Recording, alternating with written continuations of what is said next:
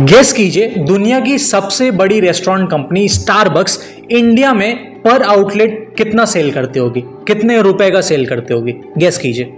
Starbucks India में लगभग 30 लाख रुपए पर मंथ पर आउटलेट का सेल करती है। वहीं पे इंडिया में एक ऐसा भी कैफे है जो कि महीने का लगभग 4.5 से 5 करोड़ का सेल और सालाना लगभग 60 करोड़ रुपए का सेल करता है।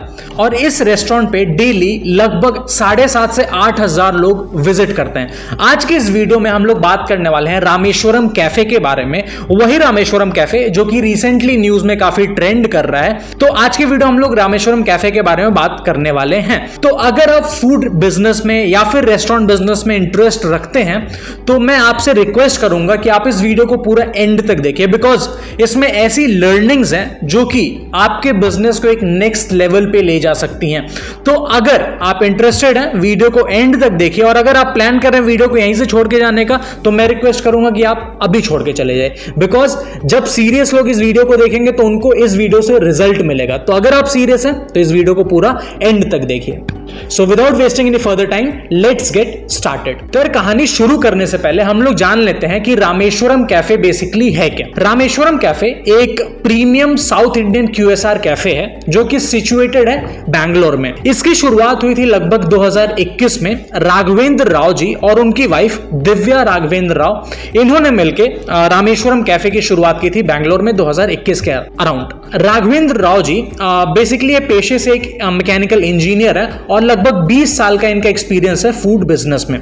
ये बैंगलोर गए और बैंगलोर में इनको एक मार्केट गैप दिखा कि देखो यार, बैंगलोर साउथ इंडियन एक सिटी है, लेकिन वहां पे ऐसे hygienic premium south Indian QSR outlets नहीं थे। तो उनको मार्केट में एक गैप दिखा और उसके बाद से उन्होंने अपनी वाइफ से डिस्कशन किया। उनकी वाइफ पेशे से बेसिकली सीए हैं, तो उन्होंने उनसे डिस्कशन किया, मार्केट रिसर्च वगैरह इन्होंने किया।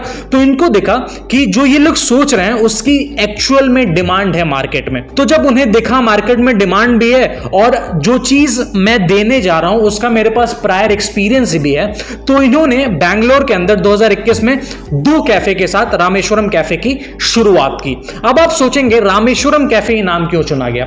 देखिए, इस कैफे का जो पर्पस है ना वो ये है कि जो ट्रेडिशनल साउथ इंडियन जो डिशेस होते हैं उनको लाइमलाइट में लाना और उनको एक मॉडर्न तरीके से सर्व करना।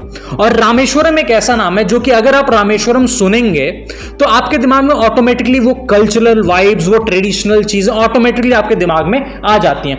तो ये साइकोलॉजिकल पर्सपेक्टिव लेते हुए राघवेंद्र राव जी ने अपने कैफे का नाम रामेश्वरम कैफे चुना। तो देखो, ये कैफे तो काफी अच्छा चल रहा था, बट रिसेंटली ये न्यूज में इसलिए आया क्योंकि ज़ेरोधा के जो सीईओ हैं निखिल कामत, इनके किसी एक एपिसोड में उड़ान के एक को-फाउंडर आए थे।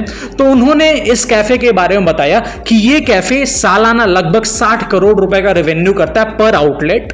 और मैं अभी इंटरेस्टिंग फैक्ट बताने वाला हूं कि पर आउटलेट कोई बहुत बड़ा इनका आउटलेट नहीं होता है। तो वीडियो को एंड तक देखिएगा, बिकॉज अभी ये वीडियो की शुरुआत है, सीखने के लिए काफी कुछ है।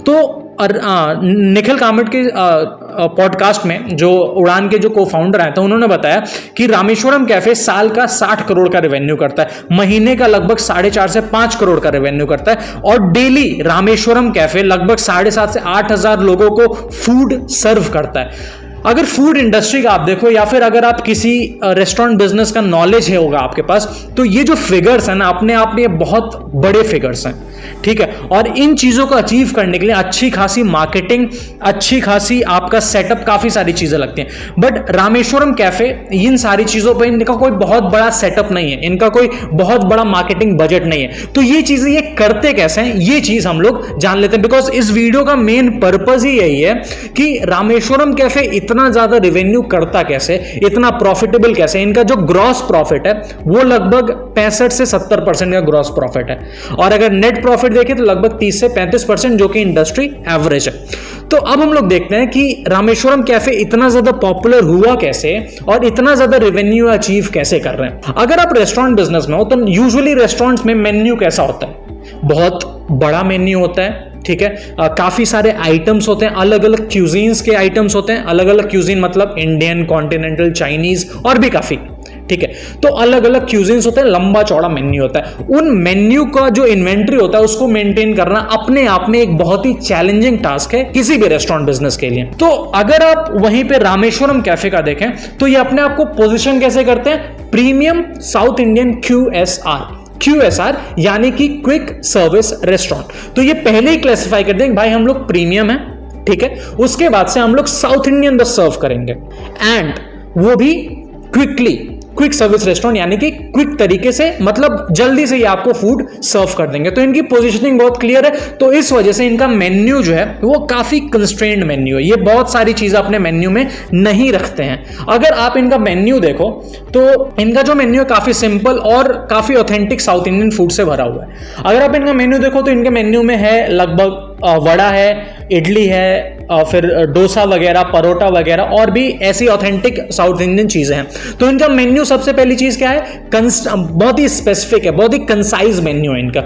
इसके वजह से इनको इन्वेंट्री मेंटेन करना और जो प्रोडक्शन टाइम होता है फूड का वो काफी कम हो जाता है। दूसरी चीज जो है, ये तो हुई पहली चीज। दूसरी चीज जो है, ये इन लोग का वर्ड ऑफ माउथ मार्केटिंग इतना जबरदस्त है कि अगर आप इनके कैफे में एक बार गए तो आप 110% आप अपने दोस्तों को बोलोगे भाई रामेश्वरम कैफे गए क्या, काफी शानदार वहां की डिशेज हैं, काफी ये है, काफी वो, काफी पॉजिटिविटी आप लोगों के साथ बताएंगे रामेश्वरम कैफे के बारे में। और जब आप ऐसी चीजें आप बताएंगे लोगों को तो फिर लोग क्या करेंगे, अगली बार शायद वो लोग भी रामेश्वरम कैफे पे जाएं।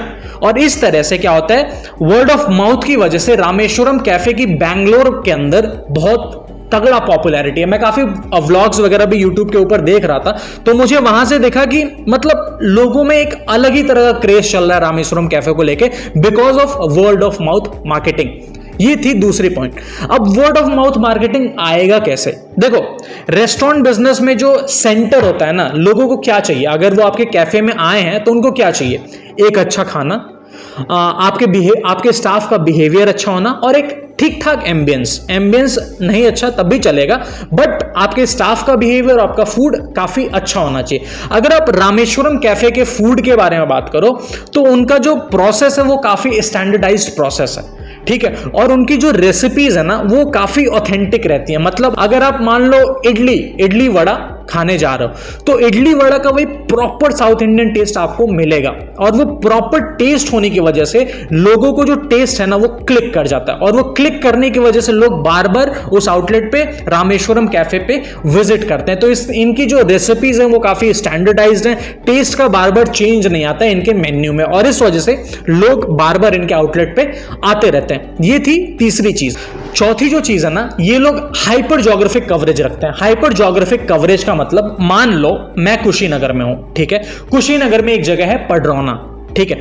मान लो मैं पडरौना में मेरा एक कैफे है, ठीक है। तो मेरी सर्विस इतनी अच्छी रहेगी, मेरा फूड इतना अच्छा रहेगा कि पडरौना के 10 से 15 किलोमीटर या फिर 20 किलोमीटर के रेडियस में ना मेरा वर्ड ऑफ माउथ और मेरे कैफे की पॉपुलैरिटी इतनी शानदार रहेगी कि लोग ऑटोमेटिकली, अगर उनको साउथ इंडियन खाना है तो वो लोग मेरे ही कैफे पे आएंगे। सेम चीज है रामेश्वरम कैफे के बारे में भी। रामेश्वरम कैफे बैंगलोर में 3 जगह पे लोकेटेड है, जेपी नगर, इंदिरा नगर और ब्रुकफील्ड।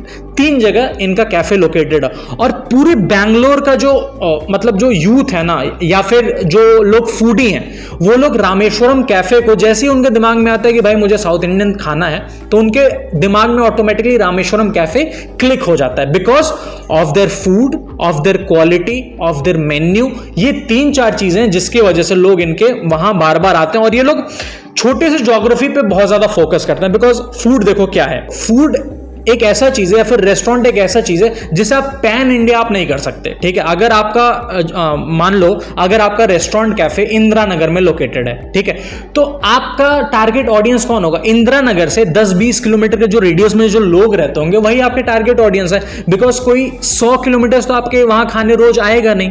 तो आपको क्या करना चाहिए, अगर आपका रेस्टोरेंट या फिर कैफे है तो आपको अपने आसपास का जो एरिया है ना उन लोगों के हिसाब से, उस एरिया के हिसाब से अपना मेन्यू बहुत ही प्रिसाइज और बहुत ही स्पेसिफिक रखना चाहिए जिस वजह से उसके आसपास के जो एरिया के लोग हैं वो लोग आपके रेस्टोरेंट पे बार बार आ सकें। 5वीं और जो सबसे इंपॉर्टेंट चीज है ना, देखो ये लोग अपने आप को पोजीशन करते हैं प्रीमियम साउथ इंडियन क्यूएसआर। अगर आप प्रीमियम वर्ड सुनो तो आपके दिमाग में ऑलरेडी ऑटोमेटिकली आ जाएगा कि भाई महंगा होगा, बट ऐसा नहीं है।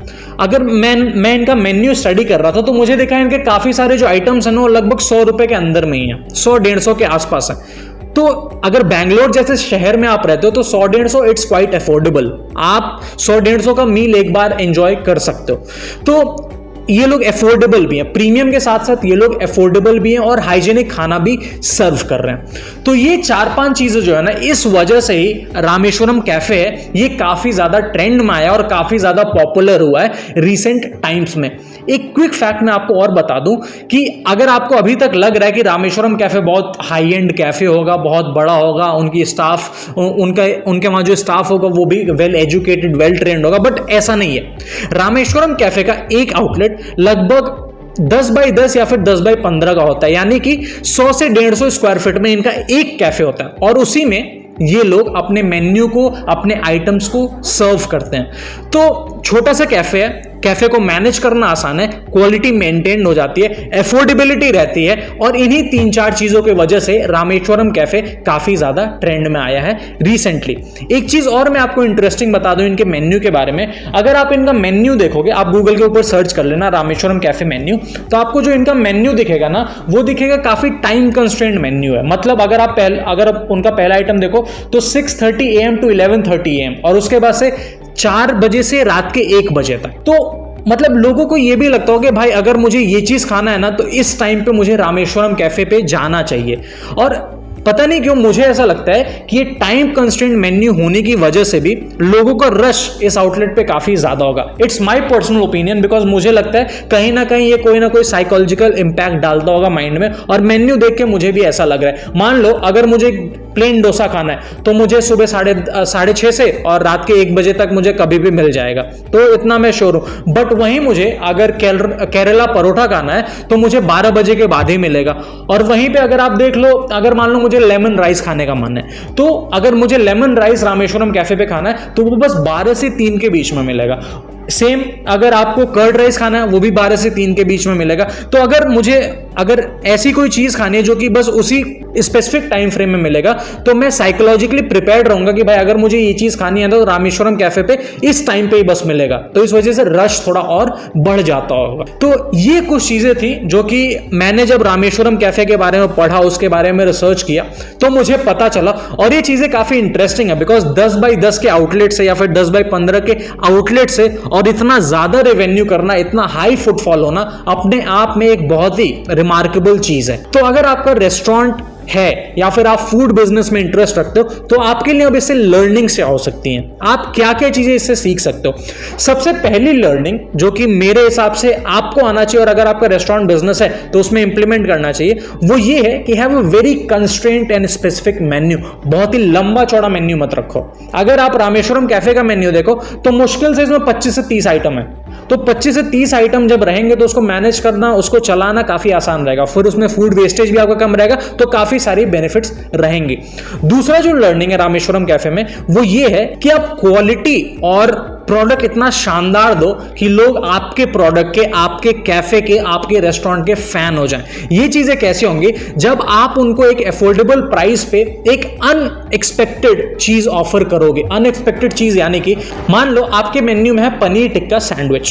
पनीर टिक्का सैंडविच अगर यूजुअली आए तो मेरे दिमाग में आएगा लगभग 100 से 150 रुपए के बीच में, मैं अज्यूम कर रहा हूं। अगर मेरे दिमाग में भाई पनीर टिक्का सैंडविच खाना है तो मुझे लगभग 100 से 150 रुपए में एक सैंडविच मिलेगा।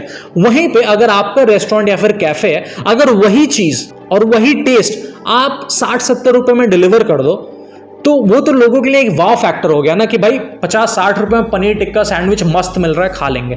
तो जब उनको अफोर्डेबल प्राइस पे और एक नेक्स्ट लेवल का टेस्ट मिलेगा तो लोग ऑटोमेटिकली आपके कैफे के साथ, आपके रेस्टोरेंट के साथ कनेक्ट हो जाएंगे। तीसरी जो चीज है वो ये है कि आप अपने लोकल, आपका जो लोकल ज्योग्राफी है उसी पे फोकस कीजिए।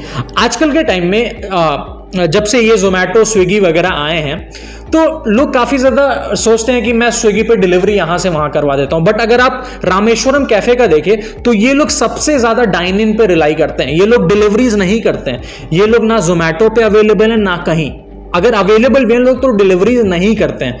ये लोग डाइन इन पे ही ज्यादा बिलीव करते हैं, डाइन इन पे, बिकॉज जब कस्टमर आपके रेस्टोरेंट पे विजिट करता है ना तो अपसेल करना और क्रॉस ऑर्डरिंग वगैरह करने ये काफी आसान हो जाता है। तो जब आप अपने लोकल पे फोकस करोगे, जब आप अपने लोकल एरिया पे फोकस करोगे तो आप अपने क्राउड के बीच में पॉपुलर होगे, और जब अपने क्राउड के बीच में पॉपुलर होगे तो आपके आउटलेट पे फुटफॉल ज्यादा होगा। तो ये 2-3 चीजें थी जो मैंने रामेश्वरम कैफे से सीखा और मैंने आपको इस वीडियो के थ्रू आपको बताया।